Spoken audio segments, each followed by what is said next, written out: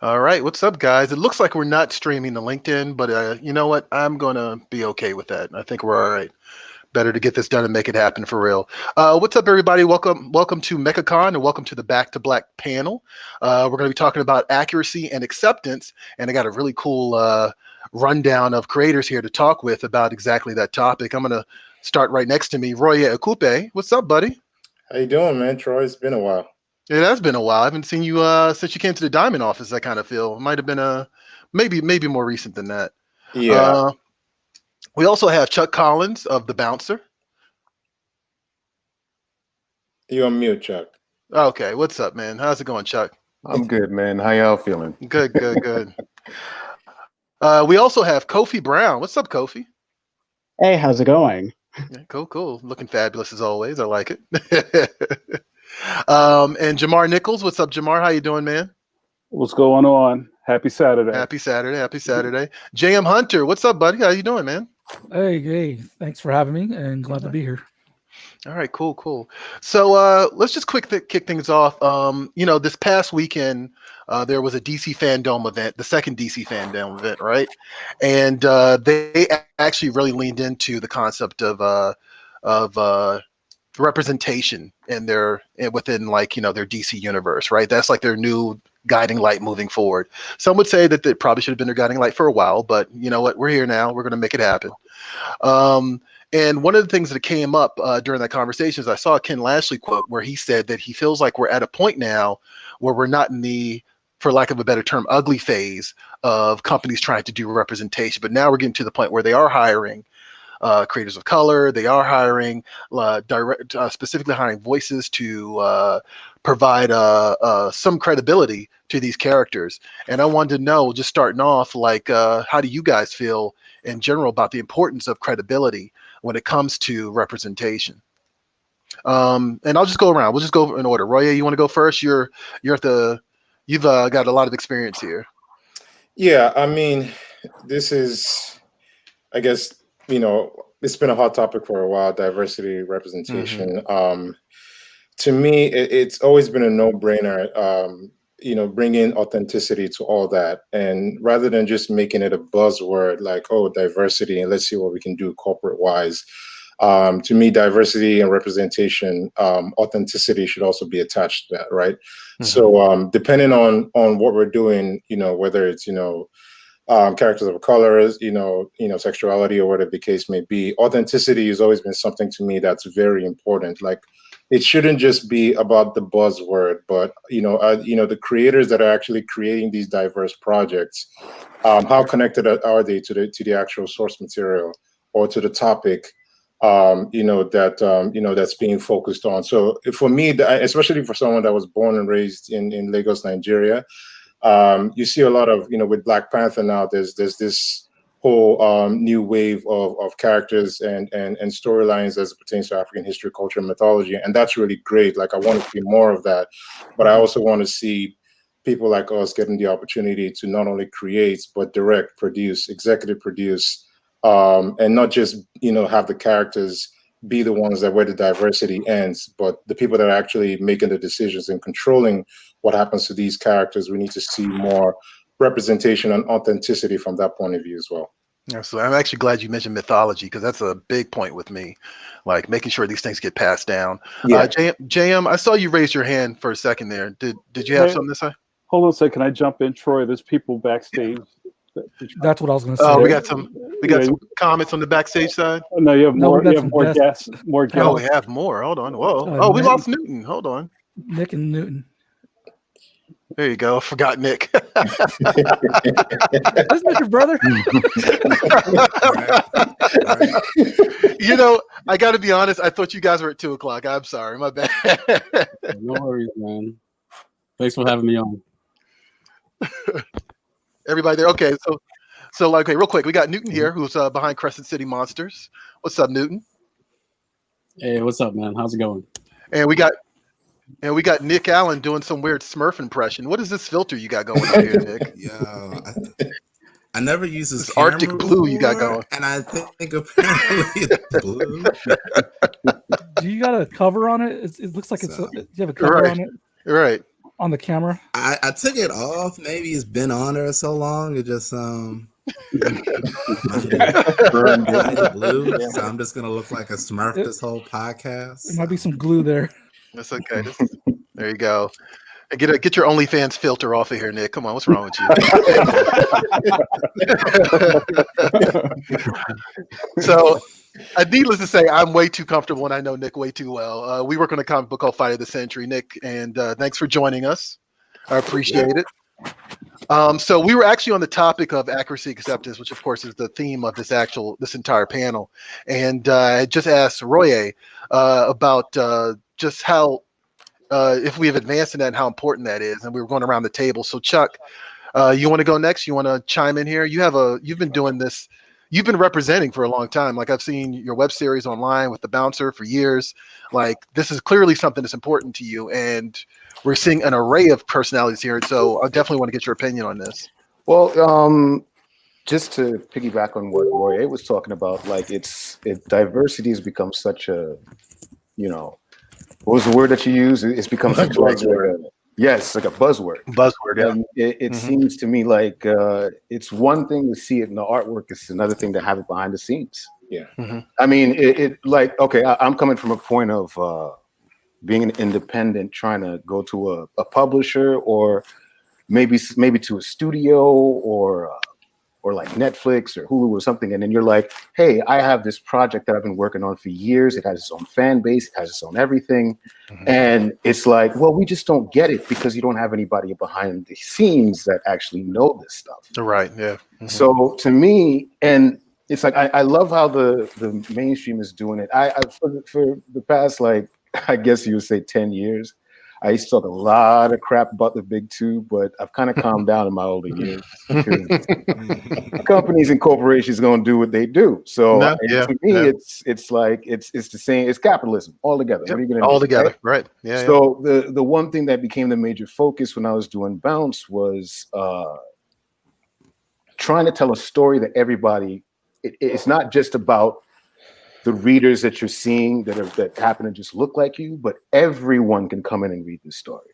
And when everybody can come in and read this story, they can respect it for what it is, even though they may disagree with some social aspects of it or whatever, but at least they could look at that comic and say, oh, okay, I see where that's coming from. And that's coming from a real place. So that's the reason why I wrote and created Bounce, so it could be that comic. So you can, anytime you can go into, you can pick it up at anything. You can pick it up in season 2, like comic strip number 100, and then you can just get the story for what it is right then and there. So so for me, when it comes to diversity, I want to see a real change behind the scenes. Like if you have a show that's coming out, I don't want to see the 90s trope black dude in a 2020 show. Get a writer. This is 2020. Get a writer that can write that character. Don't tell me that you're going to sit out here and represent black women when you have a white dude writing it. You know what I'm saying? So give me the diversity in the behind the scenes, so much to the point where you do come up with a character, the writer's room is lit up, and everybody can say, we can do this. We can do this character, and we can actually sell this whole project. You know? So that's my 2 cents. Yeah. What about you, James Hunter? How do you feel on the subject? So to echo off of what Chuck was saying in general, so what's the buzzword? Diversity is the buzzword, right? In mainstream in general, not just among comics, but like overall media and in all parts of the publishing industry. And then here's the other buzzword that's always said: inclusion, diversity and inclusion. So we've got this diversity there, but then oftentimes people forget the inclusion. So they forget the inclusion, and by including actual creators and people of color and black people, or whatever it may be, that are actually the source material, the source, and the context for, these stories or opportunities that other companies want to capitalize on. So then during the Black Lives Matter, after the Breonna Taylor and George Floyd, there was all these publishers that were like, and agents and literary agents were like, hey, reach out to us on Twitter. They were like, reach out to us. We want to help you, get in the door and all that. I haven't seen anything come about from that. Has anyone else seen anything? No, I know. No. No, what I mean. So in regard to the mainstream, what it is constantly this crew and all our community that we all know and all our affiliates with Greg, everybody that is constantly, pushing their material out there, their content out there. It's the indies that are still doing. Look at what Newton just did with the Kickstarter. I mean, what TJ did, and Greg's doing right now. So again, it's our community that's still, making the ground fertile, while other people are just mostly talk right now. Unfortunately, unless you have a big enough name that causes buzz, that brings in dollars, then they're not really including the other people, in my opinion. No, maybe because no one's called me yet. I don't know, but so you might have missed a call. What about you, Jamar? How do you feel on the subject? Like, get it off your chest. It's interesting because just how JM just talked about the indies and what's going on in the indies, and the voice is always strong with the independents. I wish the focus wasn't so strongly on what mainstream is doing, because as Chuck already alluded to, it is corporate, and corporate's color is green.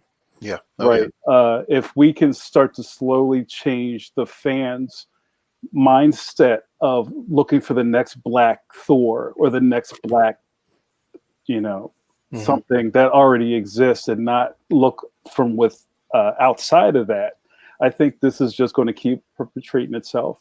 The danger of having, say, finally they start putting some Black editorial at Marvel or Black editorial at DC. There's going to be a lot of weight on that person's shoulders to make it right. Unfairly so. You know what I mean? Yeah, it's unfairly. And it's going to probably take a generation of acceptance and for people to just understand the new mode of how this should work before you and we talk about this all the time, how Black people only get one shot. You get one chance, right? So whoever this Black hire is, they bring in, if they don't hit a home run immediately, everybody's going to have a problem with it. So we need to find some way to stair step this and not put all of our hopes and dreams on that one or two people that finally get into that mainstream slot. And, absolutely. And keep pushing the independents as the strongest voice. Absolutely. It shouldn't be on one creator's shoulders, for sure. What about you, Kofi? How do you feel on the subject? Well, pretty much everyone hit exactly how I felt, but it seems, except for one chance, it almost feels like half a chance, if even that sometimes. It's nice where you get representation, but then that representation seems to last 5 seconds before it's written out. And when I do my characters, honestly, it's just my story. Right. Not only just for the people outside, but people inside my community too, who may not or don't want to hear it, but it may not necessarily be for them, but it may be for that one person who's never heard it, and it may actually speak to them, and they may be afraid to even explore that story. Absolutely. And actually, I'm glad you brought that up, because I think, we do have like an array of creators of color, or whatever you want to call them, right? Here. And I think they all represent a different aspect of the culture. You know what I mean? And you won't get that in a corporate environment. You just won't. There's only one room for a funnel, and that's it. Newton, what about you? How do you feel on the subject? We're just venting at this point. Just go for it. Hey guys, what's up? Can you hear me? Yeah. Okay, yeah. Before I start, big shout out to Chuck Collins. I haven't seen him in a while, so I know. What's up, man? Also, shout out to Chuck's beard. We already saw a few comments from Tony Premier. Yeah, it's been a while since I've seen him, so he probably on with that beard. I was like, yo, is that Chuck? Yeah, I've been babyface for a minute, just with the goatee, and yeah, this is quarantine right here. Oh yeah. So to answer the question, yeah, like Kofi said, everyone kind of touched on everything that I pretty much agree with. The one thing that I want to add is that I think as indie creators, it's part of our jobs to make sure that Hollywood is steered in the right direction, because they are looking at us. They are looking at what we're doing. and to a certain point, they're trying to copy that, or bring us in. So I think as indie creators, it's part of our job, or something that we should take into consideration as we're creating this. So that's all I have to add. Okay, no, that's it. I mean, that's an interesting take, and I mean, on certain levels, that does matter. Like I know that I think it was Jamar or Chuck was saying, or I'm sorry, JM was saying earlier, you don't really need to concern yourself with the mainstream, but I mean, maybe sometimes that's your goal. Maybe your goal is to change the mainstream, and that's also important too. Nick, say something inspirational. Say something impressive on this Something subject. impressive. Blow all their answers out the water. Come on. All the answer. No pressure here. I mean, I think I think with respect to the diversity thing, man, it's like people said. I mean, we're just doing the work here. I mean, Hollywood and corporate culture just imitates what we do. So, I mean, it doesn't matter what it is. 10 years later, you'll see Biggie selling Sprite, and he's dead after he did like his masterwork. So all this amazing work that everybody's here is doing, eventually, we're gonna see somebody do like, instead of bounce, it'll be like, bounced with a D, something like 10 years down the line, or like Moon City Monsters. We're yeah, everybody I like that. We're just pioneers. And it's just up to us to keep working, keep hustling. Every now and then, you'll see somebody come in, when they realize it's like good, like, hey man, what's going on? I really like this thing you're doing. But at the end of the day, I mean, to a certain degree, I think with things like crowdfunding and Kickstarter, the age of the gatekeeper is over. And I think it's just up to us to keep building, keep expanding our audience, and keep, just supporting each other, even stuff like this. I mean, Newton just out there blew it up. Roye just out there blew it up.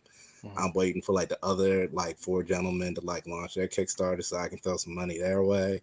And the tide raises all ships at this point. And I think that's just like the most important thing here.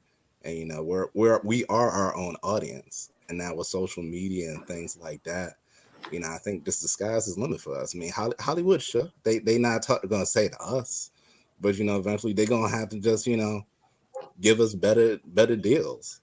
That we are the future. Absolutely. Actually, so Kofi touched on this a little bit, but like, let's talk about acceptance within our community, right? Like, I mean, internally, again, we represent different parts of the community, but we also represent the community as a whole. And like, how are we making moves forward to shine a light on different aspects of the community? Anybody want to jump in for that?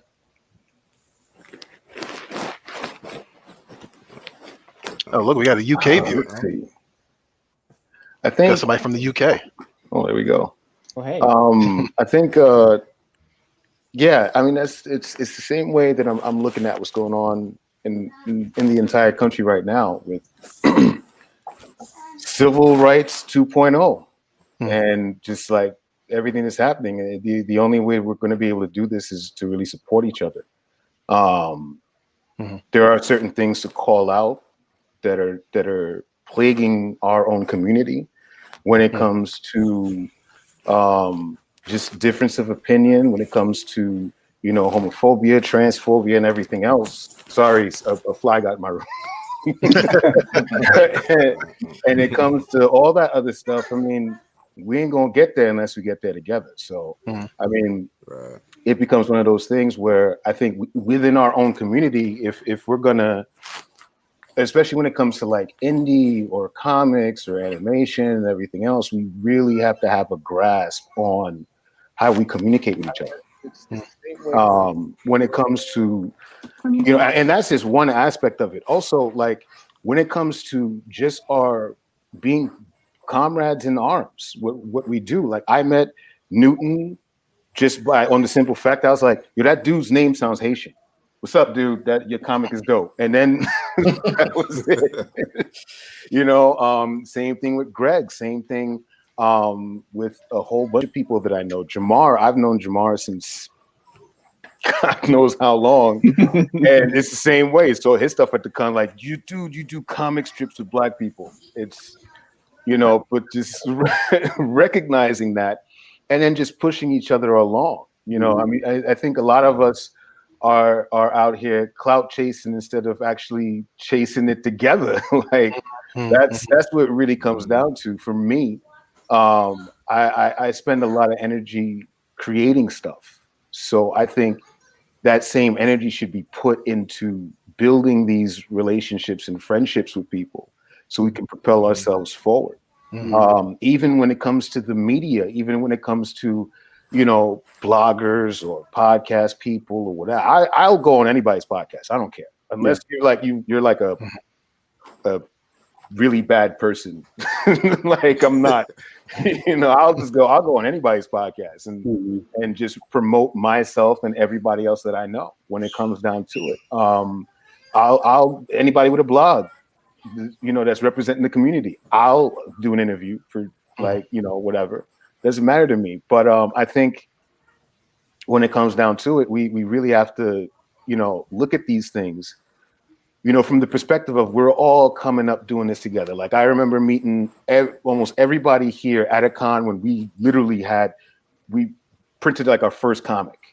Like, I don't know what I'm doing here. Here, buy my comic for $5. And now we're over here, MechaCon, doing this together and talking about the things that we've done throughout the course of the past decade. I mean, it's an amazing thing, But yep, that's again my 2 cents. Cool. I'll jump in. Yeah, go for it. I think community is really important. There's a part of me that doesn't believe in community. I think community is its own buzzword. How do you mean? Well, not to take you too off track, but no, I don't want to get spicy with it. I just think people throw community around as something that they could stand behind without taking all the bullets. Right? You know what I mean? Like, our community says, like, rather than you actually having a strong say on your own opinion. But anyway, I've been in the business for 20 plus years, and it's beautiful to me to see so many brown folks showing up and thriving. I think the more that we can all stay together and support each other only makes everyone else stronger. I'm ecstatic when somebody blows up Kickstarter like Newton. That's amazing. I'm happy for Greg, all of y'all. But I also know that we can all be, not just Black people, but all of us get really caught up in our own success. We get caught up in getting our own light bill paid, making sure our stuff is tight. And sometimes that could seep into I don't even talk about being jealous or whatever, but sometimes the support isn't seen, right? Right. I've been around long enough to have people come up to me, be like, yo, Jamar, man, I know your work, whatever. Yo, how you get that? Who hooked you up? So rather than just supporting the work, it turns into a how did they move type of thing. So I would rather see more of just a strong positive. We're all moving the same direction. Let's lift each other up rather than trying to figure out how they did it. If that makes sense. Absolutely. What's up, JM? All right. Okay. I think I get what Jamar is saying, and I don't want to counter because I think there's room. There's definitely room. That's okay. It's a place for opinions. It's okay. Go for it. And there's definitely merit. There's definitely merit in what you're saying. I am community minded. I do believe in community, but I do believe that you need to have the conviction to actually really be about that, and not just talk about it. So I definitely think there's merit in what you're saying. As far as I think people should definitely support the work, support the creators, and sometimes though I think it's okay to talk shop if that's what you're doing, is talking shop and comparing notes, about how to level up, I guess. If you're doing it not from a selfish point of view, but just more from like you're trading notes, and you're also a giver, not just a taker. You know what I mean? So that's why I'm not really trying to counter you or anything like that, because it's definitely like merit in what you're saying. But I think there's a right way to go about certain things. If you can't support somebody's Kickstarter because funds are depleted that you got too many kids or whatever, like in my case, then share that and hype that person up. Drop names and share the love and all that. So like I always say that I have no problem being other people's cheerleader or sharing my secret if I had a secret, or if I was able to pull something off. I share that with the community. Like here's how I did it. Go forth and hell, maybe they'll come back around when I have questions, because I always got questions. Sometimes I don't know what I'm doing, So I'm a big believer in community, but I also believe that you got to have that you got to really be like have that conviction if you're going to talk about community and not just be a taker. You got to be a giver too. So, Roye, you had your hand up. What's up, man? Yeah, I just first of all, Jamar and JM, thank you for that input. Like, I think it's very important to like when we're talking about community, and the initial question was like within our community, like what are some of the things that we're struggling with. First of all, like I feel like sometimes people feel like Black people are monolithic, right? Like we're all the same. And I think sometimes that even seeps into us personally. Like I have to be like Troy, I have to be like Chuck. And I'll talk about this from my own perspective. So again, I was born and raised in Nigeria, and when people look at Africa from outside the continent, they see that as monolithic as well. First of all, Africa has 54 countries, and Nigeria itself, while it does have 3 major tribes, right, Yoruba, Hausa, and Igbo, there's over 300 different subdialects. Like there's so much diversity within Black culture that sometimes, and even Africa as a whole, is over 3,000. We don't even realize how diverse we are as a people. And the other thing that I will say is that honestly, it just all boils down to loving your neighbor. And sometimes I feel like when we disagree with someone, like sometimes people take that as offense. It doesn't necessarily mean someone hates you. Right. Like, so if like, for instance, now, if Jamar has a difference of opinion about community than I do, it's an opportunity for me to learn from him, not necessarily to, bicker or accuse him of certain things. Like, I feel like sometimes like a difference of opinion doesn't necessarily mean a negative thing in the Black community. Sometimes that's an opportunity for us to be able to learn from each other. Now, don't get me wrong. There's some opinions that people have that are destructive, and I feel like those need to be called out. But it's not every difference of opinion that should be a fight. And if you have a problem with someone, don't take it out on an open forum if you can, right? It's like you can message somebody personally, and don't go on your Facebook or social media and start talking crap about someone if you haven't tried initially to try and sort it out, because unity is very important. I feel like in this stage, of all our lives right now, we have to be united. And even within that unity, like we need to be able to rub our minds, like, iron sharpened iron, right? So it's like, just because someone is different from you, it doesn't like there's always an opportunity to learn. And we are not just one type of people. There's just so much beauty in Black culture that we should all be able to learn from and appreciate each other and love each other at the end of the day. Absolutely. Did anyone else want to chime in, or what's up, Newton? What you got? Yeah, so I absolutely love what Roye just said. The 2 points that he made, the first being that unity is really important.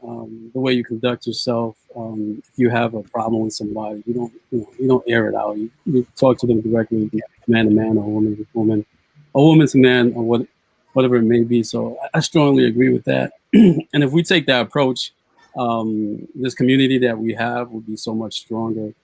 And the second thing, especially that Roye touched on, and I think you asked a question about it too, was the I guess the diversity amongst even Black people, right?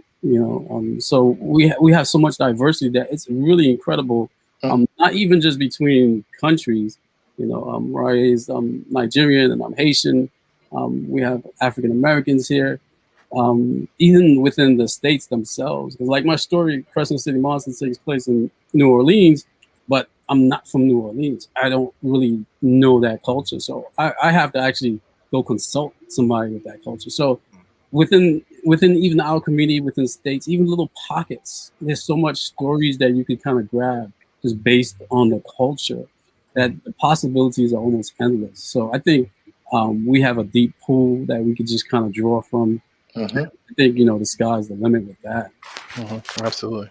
Anybody else want to jump in here? Or actually, Nick, I'm gonna put you in the hot seat real quick because Newton just put up a very good point. Okay. But I mean, like, you know, he makes a great point. Like, just like Newton, we're writing a story that's about a part of the diaspora that's like, you know, we've never been to Brazil, but we want to do something about an Afro-Brazilian. So you want to talk a little bit more about that? Yeah, I mean, I think me and Troy, maybe Troy more so than me. I mean, he's always like digging in, doing all the research. I mean, I do mine as well. You know, we come together and fuse it. But I mean, I think it's just, you know, as Roy has said, we're not a monolith, and to explore and, you know, celebrate each other's cultures and, you know, have our own unique perspectives and fuse them, as well as, you know, it's really just an amazing combination, you know, sometimes. Absolutely. So let me get, guys, let me ask you this. And I feel like some of you already answered this question. So if you want to jump ahead, if you want to skip it, that's fine. But what is accuracy to you? What does that mean exactly? And I mean specifically to you, not necessarily, and that could be based off of your own experiences, of course, but what is it important? What's important that you get accurate from your perspective? And I feel like Roye already gave us a glimpse into that, talking about, like, you know, comics in Africa and Nigeria specifically. I think we got a little bit of that from Chuck as well. But if you guys want to elaborate, by all means. That's an interesting question, because I was just talking to someone about it the other day, and we were going over my story, and they were pointing certain things out that wasn't accurate, right? And I was like, well, you know, I'm still writing fiction. I was like, there's only so much I can do. You know, I get bogged down in the details. It kind of slows things down or bog things down. So, you know, that's the one question that I found myself asking: how accurate do I want to be? So what I decided was that I'm going to make it accurate to the point. And this is an internal feeling. There's no scientific thing to at a point where if somebody who's a part of that world or that culture looked at it, that they would say, "Oh, he didn't get this right," but overall, I really liked it. Then that's the point of being accurate to me. So that's the bar or the standard that I use in terms of accuracy. Anybody else? What does accuracy mean to you specifically? JM, go for it. So I'm gonna look at this from two different points of views: as the creator, as well as maybe someone that might be a critic, you know, or critic to somebody's work. So in some situations, I feel like to give grace to a creator who may not have things accurate. I'm not talking about someone that's blatantly appropriating something like some of these individuals who are coloring their hair and then tanning themselves and saying that they're black, you know.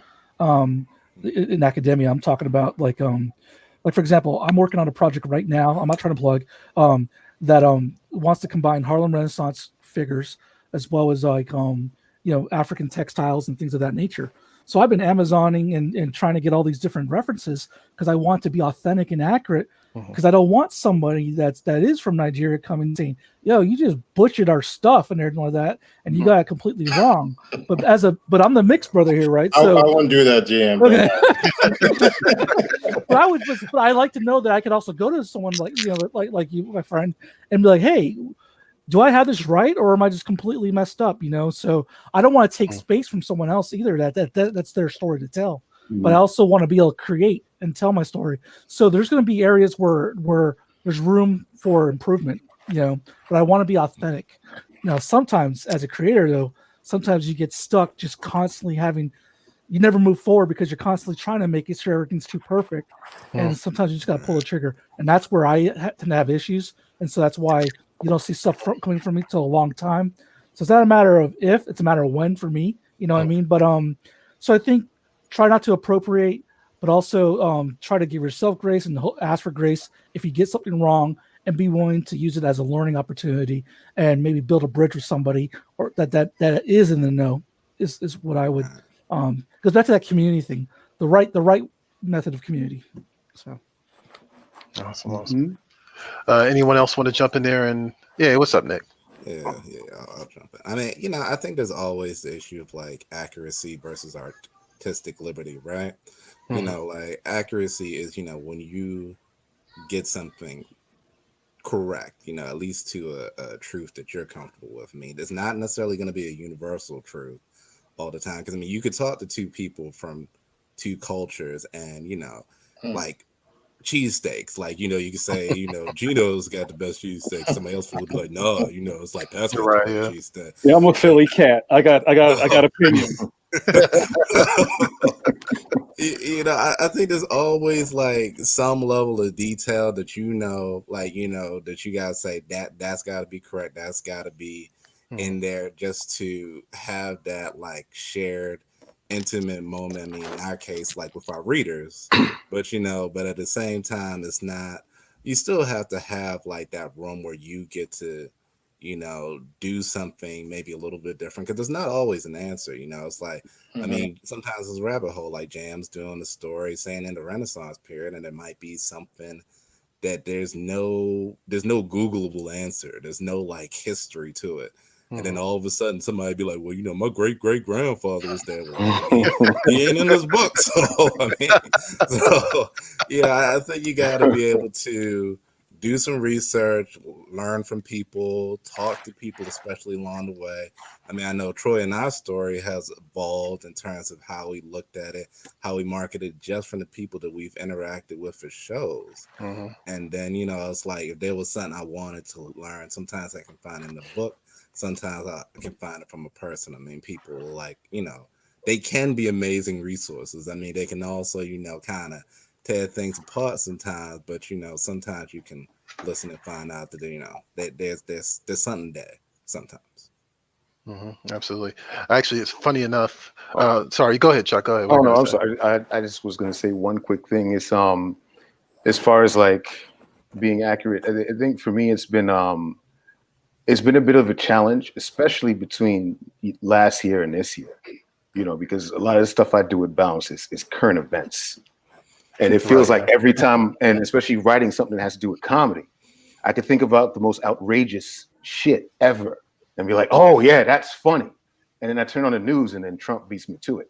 And I'm like, I guess I ain't gonna make a comment today. So it becomes one of those things where my whole experience comes from working at a bar and interacting with people. So the entire world was like the inspiration. So I would have conversations with people, and also like trying to write comedy that, everybody's always going to have something to say about a particular comedian or the way that they deliver their content and everything.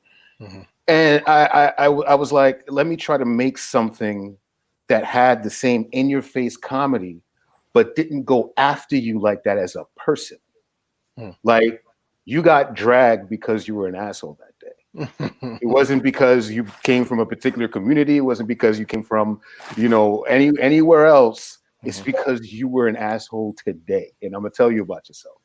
But there is a lot that you have to do that particular research for, because you may have a bad day. You see somebody at the door and then you say something really offensive or something really outlandish, and then you think of the joke and like, but on that day I had a bad day, and I show it to a friend of mine and they're like, yeah, but that's offensive. And if I can't argue with that, so I got to rethink the joke now at this point. I got to rethink or I just trash it and think of something new. I mean, we create all the time.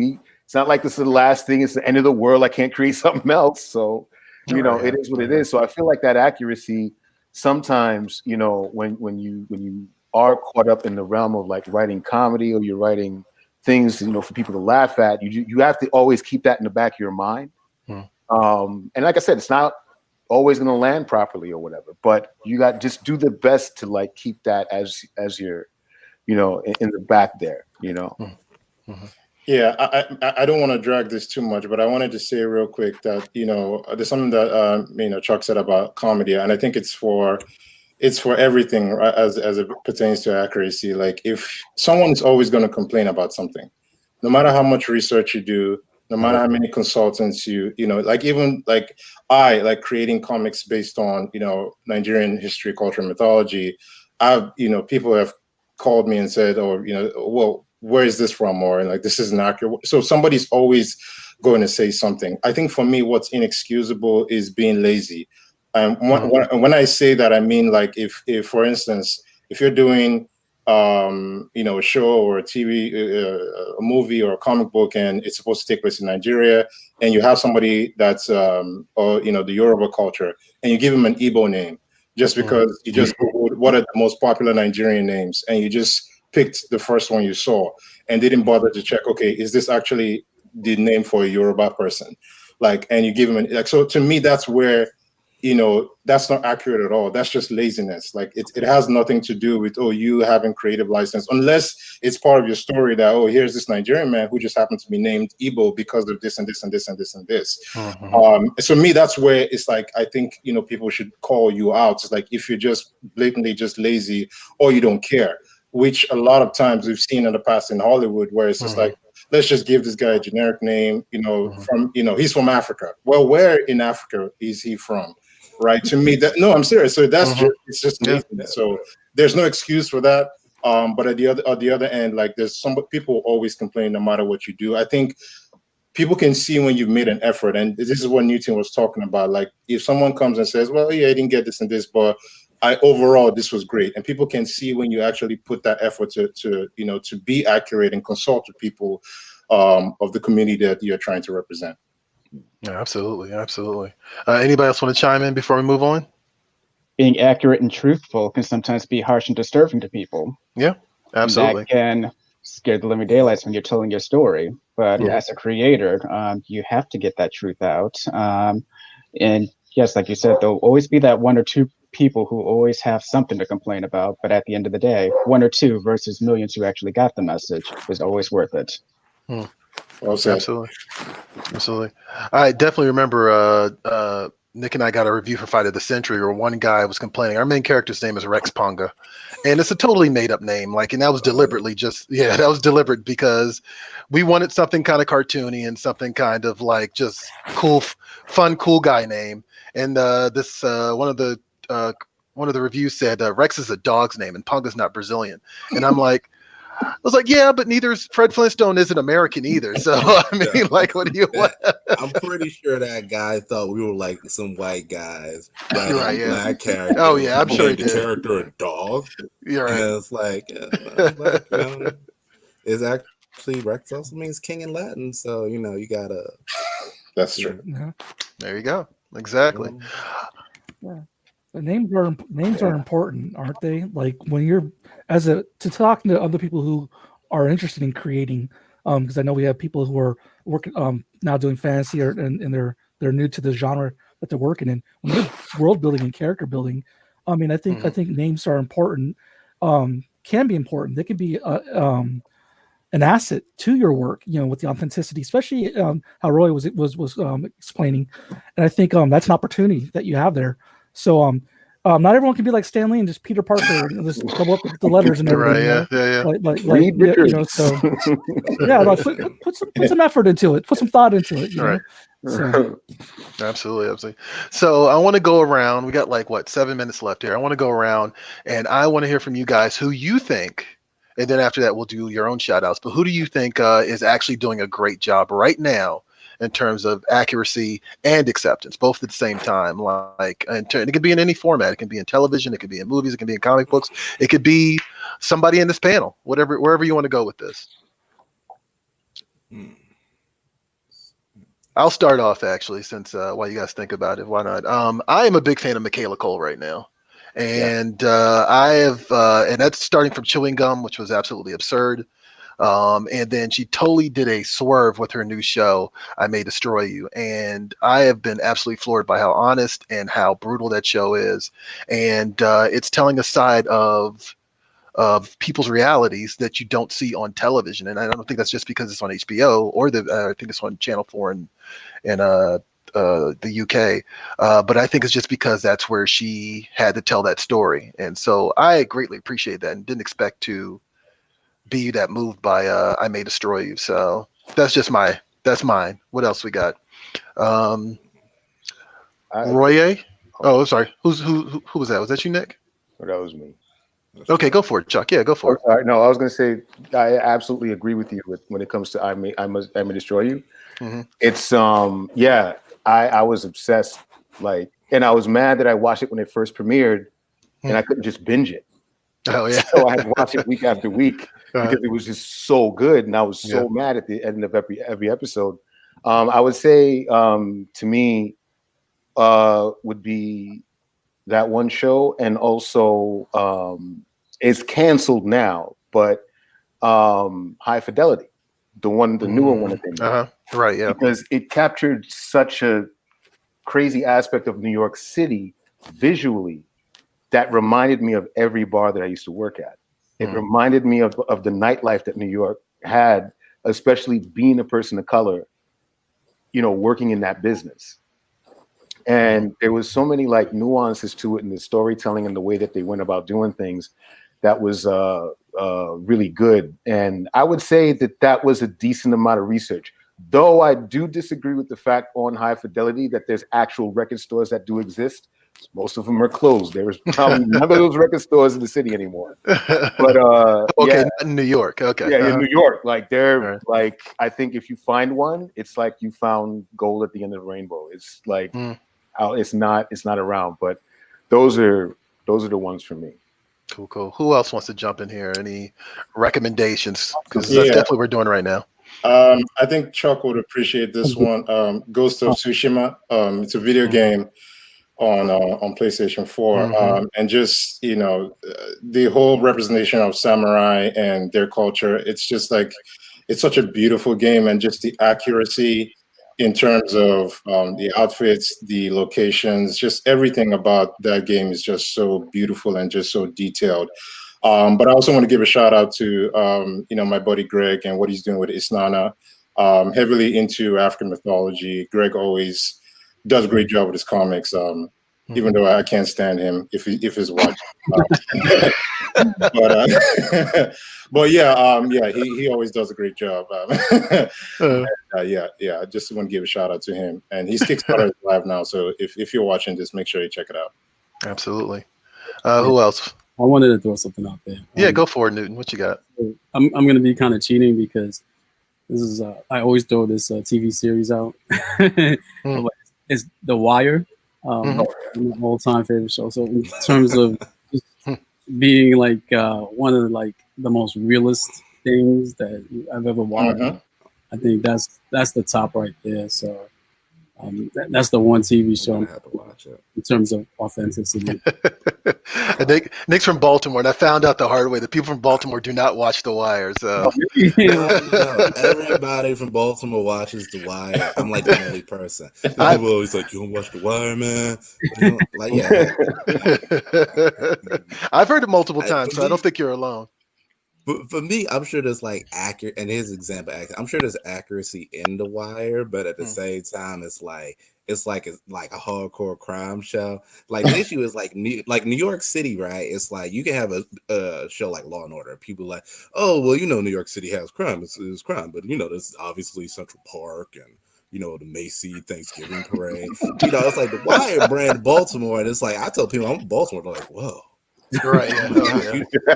You shoot people, don't you? You've seen a baby on the corner, haven't you? That's not the whole city. But people think that's like the whole city for some reason, which is why all y'all gotta come to Baltimore Comic Con. We gotta get some words.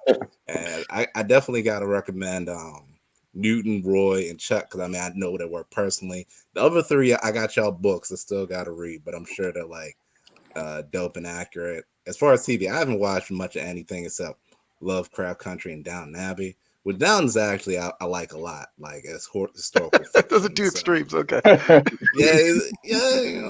don't get a lot of shows. It's a good show to watch with the wife. It's all romantic. That's fair. That's fair.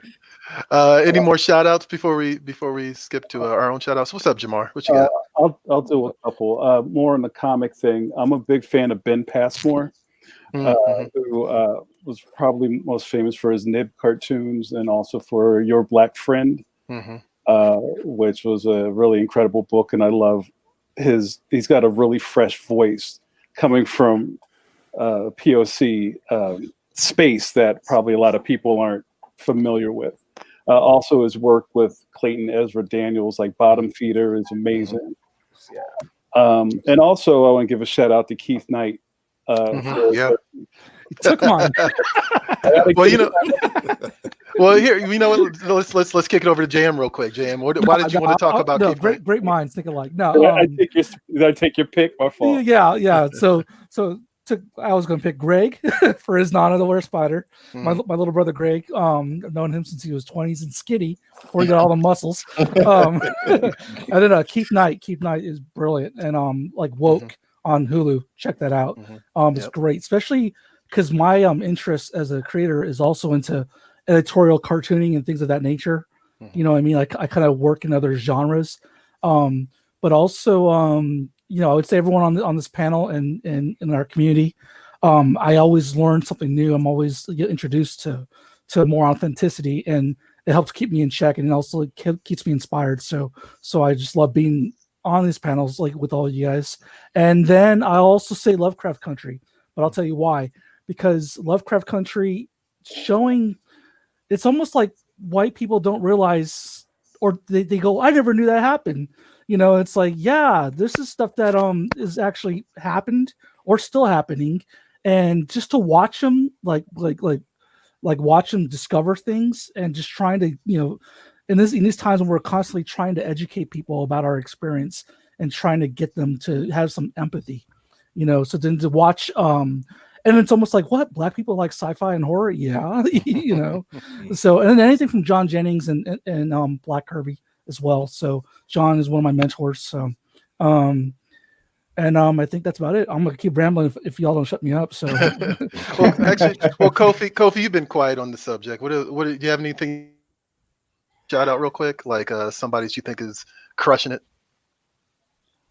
I have to take a page from Newton and cheat a little bit on my end too. I'm sorry, but one of my favorite shows that I've always liked and always thought was based on quite a bit of accuracy was Pose, which came on FX. It was about the underground ballroom scene in New York, and season 1 hit a lot of aspects with the community, such as being kicked out on the streets and disowned, and making your way in, forming families of your own, and where you get to choose your family. And what I liked in season 2 is where they reflected on history in the LGBT community, and taking aspects of different people who were in the ball circuits, especially in the 80s and 90s, and incorporating them into their stories. One was a model who was a transgender woman who was outed by a shady person in a magazine, which I'll keep nameless. And they incorporated that into a character. One where there was a documentary where a character was murdered, and they incorporated that in season 2. And that's pretty much one of the biggest shows I go to. Honestly, I do read quite a bit, so I'm not always on television, watching television a lot. So, but one of the biggest things I like to do is like listen, such as everyone here on this panel. And I think that's always been one of my strongest skills. Well, good. Hopefully, we all kind of learned a little something from each other. Hope everybody who's watching at home is I don't know, picking up something here from these conversations. Actually, Kofi, you want to do a shout out for something you're working on, whatever you have coming up that you want to let people know about? Yeah, my latest series is a series called Amani Angel. It's about a young lady who finds a secret tome in her dead cousin's basement that gives her the power of any mythology known to man, no matter from what country it's from.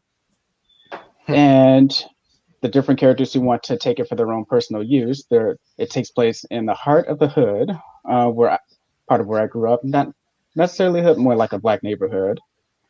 And part of the truth we were talking about earlier is where I know a lot of people like the wholesome family in their narrative sometimes, but that is not the case with her, where she has to deal with the parents who bicker and fight, and she has to find her way around that.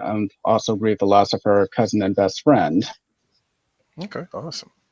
Awesome. JM, what do you want to shout out? What do you said you had a project upcoming, but what can people get from you right now? Yeah, the project I have upcoming is going to be like hopefully like an October challenge instead of Inktober. I'm more embracing Alfonso Dunn, basically so that way the guy who has great text on inking and things of that nature. What else? Because I'm going to support the person who I feel needs the support rather than somebody who's appropriating the other work. That's beef. But I got Rantology right now. This is a book where my MFA in comics thesis that I'm working on. It's basically talks about just being multiracial as well as trying to discover your identity, as well as learning your history, especially when as old as I am, they never taught Black history. They never taught us about our history. So I have to go and find it, from my fellow peers, amongst you all, as well as people like John Jennings, and constantly have to look and get reacquainted with things that I didn't know when I was growing up. So that's the kind of comics I'm doing, is memoir as well as self-discovery, and then making fun of Trump, because when I get angry, that's the best thing I can do.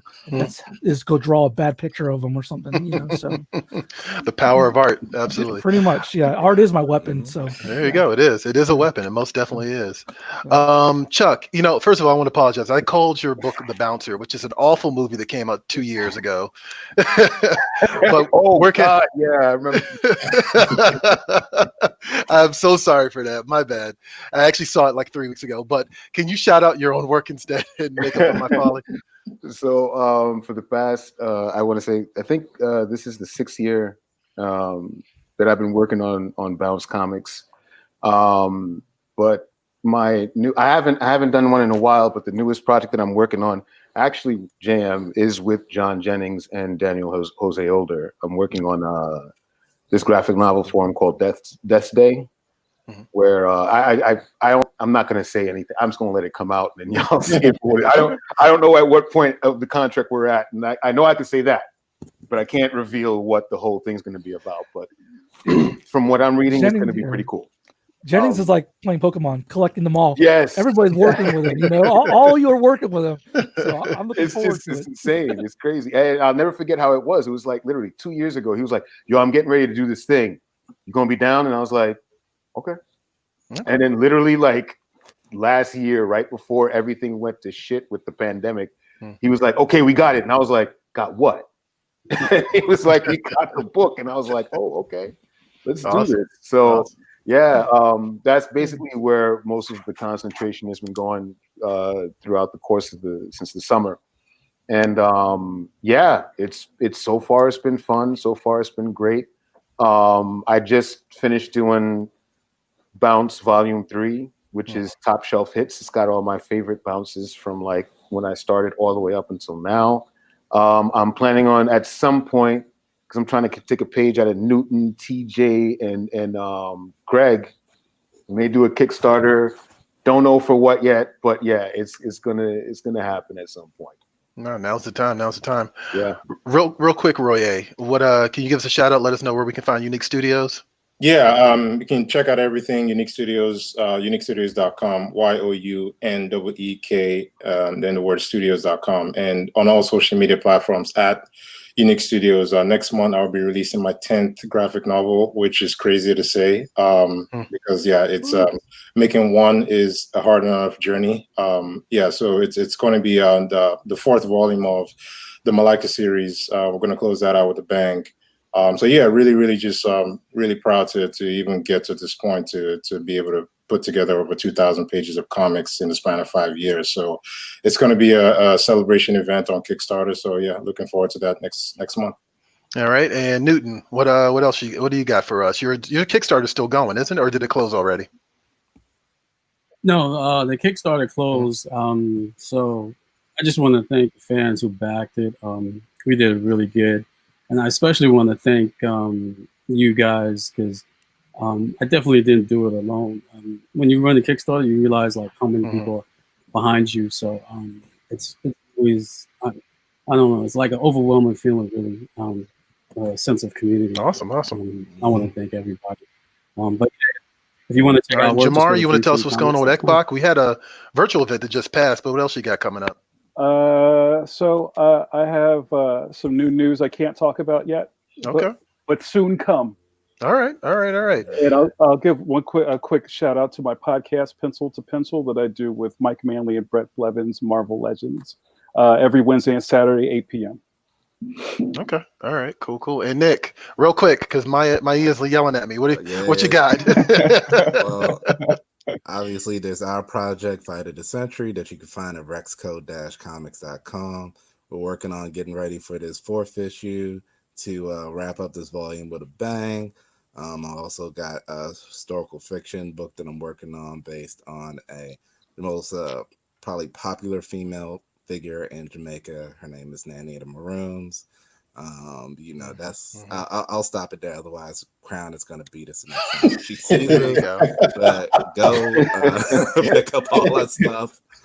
Also, we got a discount code for the weekend, MechaCon. So if you type in MechaCon at the Rexco site, 10% off everything. All right, that's rexco-comics.com. All right, guys, I got to go, but thank you very much for doing this. Thank you very much for talking with me. And hey, guys, keep watching MechaCon. We got another one lined up. Uh-oh, here comes Crown. I gotta run. Go over there, Troy. What up, y'all? Let me end this broadcast, but don't hang up. But Troy, you go. Troy gone? Okay, let me end this broadcast. Don't hang up, nobody. All right.